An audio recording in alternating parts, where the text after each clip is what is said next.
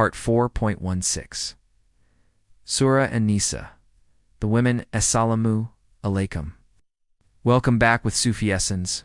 We now turn our attention to the final disposition of the hypocrites. As the Quran commands the Prophet, peace be upon him, on how to deal with them and reveals their inner state. This verse serves as a profound lesson in spiritual discernment and the limits of human judgment. Those are the ones of whom Allah knows what is in their hearts. So turn away from them, but admonish them and speak to them a word to reach their souls. Kanzul Iman, Quran.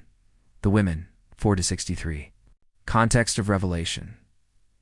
This verse directly follows the previous verses that expose the hypocrisy of those who claim to believe but turned away from divine law. It was revealed as a direct instruction to the Prophet Muhammad, peace be upon him, on how to handle such individuals. The verse clarifies that while their outward behavior may be deceptive, their true spiritual reality is known only to Allah. The command to the Prophet, peace be upon him, was not to seek revenge or punishment, but to focus on spiritual guidance, admonishment, and an ultimate detachment from their spiritual diseases, as their final judgment rests with Allah alone. This context highlights the profound spiritual wisdom of the Prophet's peace be upon him approach, which was rooted in mercy and divine knowledge rather than human-centric judgment. Explanation. This verse serves as a powerful and beautiful spiritual teaching that clarifies the limits of human judgment and the reality of divine knowledge. The phrase, "Those are the ones of whom Allah knows what is in their hearts," serves as a profound and spiritual declaration.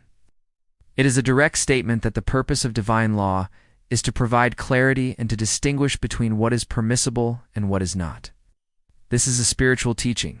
It tells us that a person's spiritual state is a reflection of their willingness to follow the divine law. The verse then adds the divine promise. So turn away from them, but admonish them and speak to them a word to reach their souls. This is a sublime and spiritual teaching, as it establishes the only permissible way to acquire wealth from others, through honest business and with the full consent of both parties. The spiritual teaching here is that a society that engages in fraud and exploitation is, in effect, destroying itself. This is a warning against both suicide and internal conflict that can arise from injustice. Sufi perspective. From a Sufi perspective, this verse is a lesson in spiritual truthfulness and divine accountability. The Sufi understands that the Day of Judgment is not just a legal reckoning, but a complete unveiling of the soul's true spiritual state. The desire of the disbelievers to be leveled with the earth is a spiritual expression of their utter shame and regret, a wish to be annihilated rather than to face the truth of their rejection. The fact that they will not be able to conceal from Allah a single statement is a profound reminder that Allah sees not only our actions, but also our innermost intentions. The true essence of this verse is that our relationships with others and our financial dealings are a direct reflection of our relationship with Allah. The Zia-o-Quran interpretation. The scholarly commentary in Zia-o-Quran by Pir Muhammad Karim Shah al-Azhari illuminates this verse by emphasizing its comprehensive and balanced nature.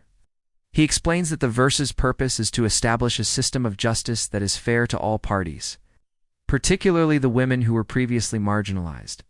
He notes that the verse's purpose is to both protect the moral fabric of the community and to provide a path to spiritual reform for the transgressors.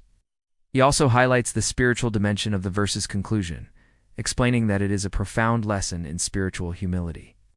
The commentary argues that we should not question the wisdom of Allah's commands, but accept them as an expression of His perfect knowledge and wisdom.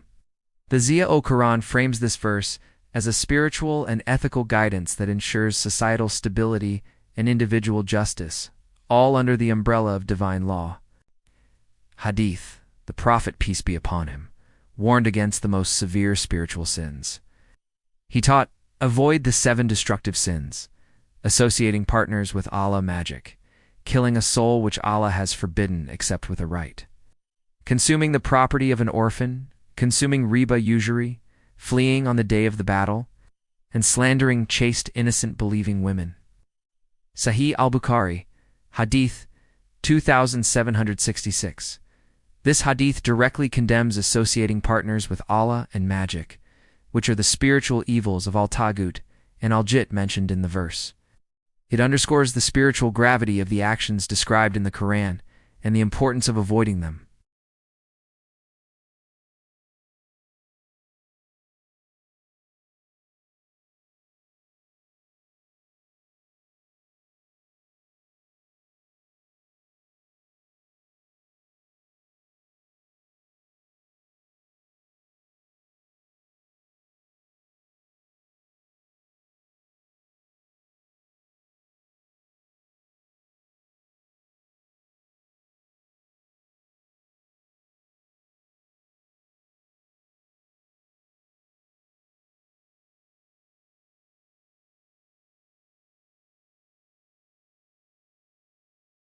We now conclude our exegesis of this section of Surah An-Nisa with a powerful and profound series of verses that present a hypothetical, divine command to test the sincerity of faith.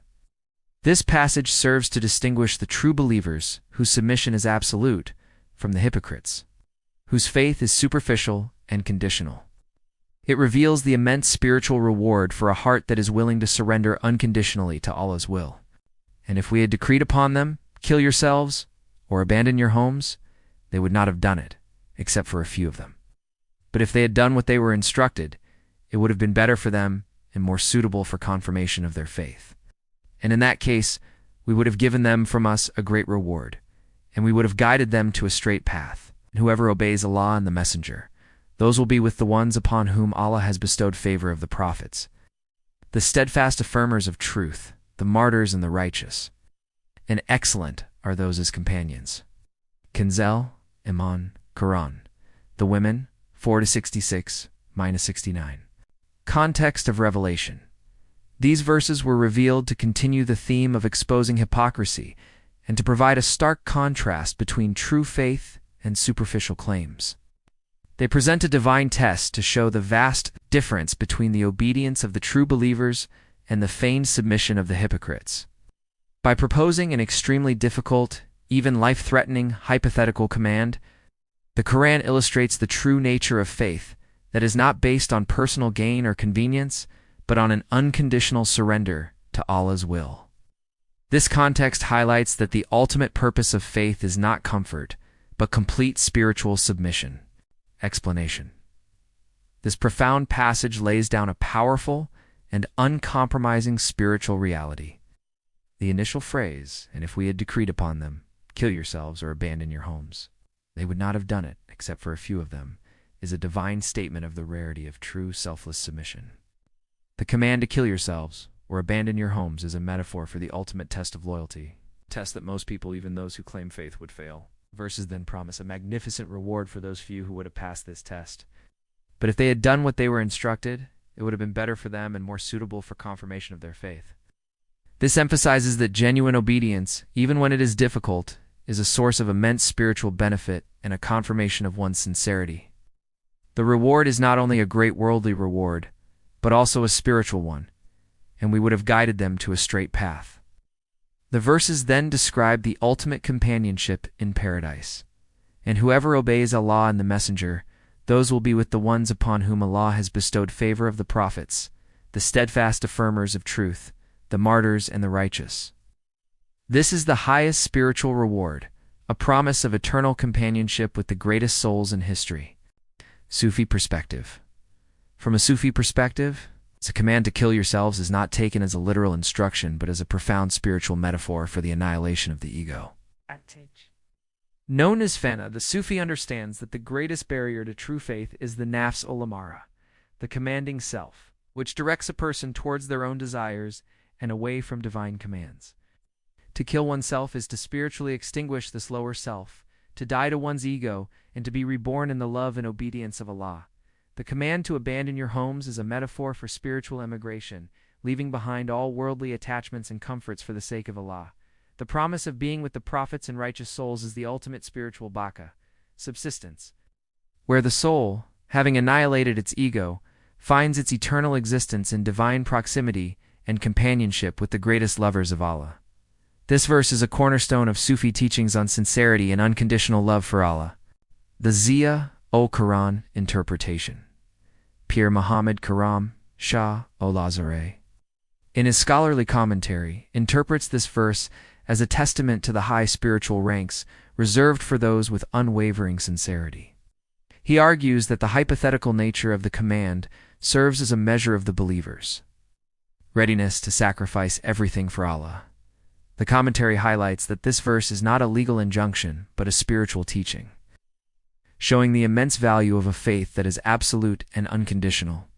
He notes that the promise of companionship with the prophets and martyrs is the highest form of spiritual honor and a testament to the sublime nature of true obedience.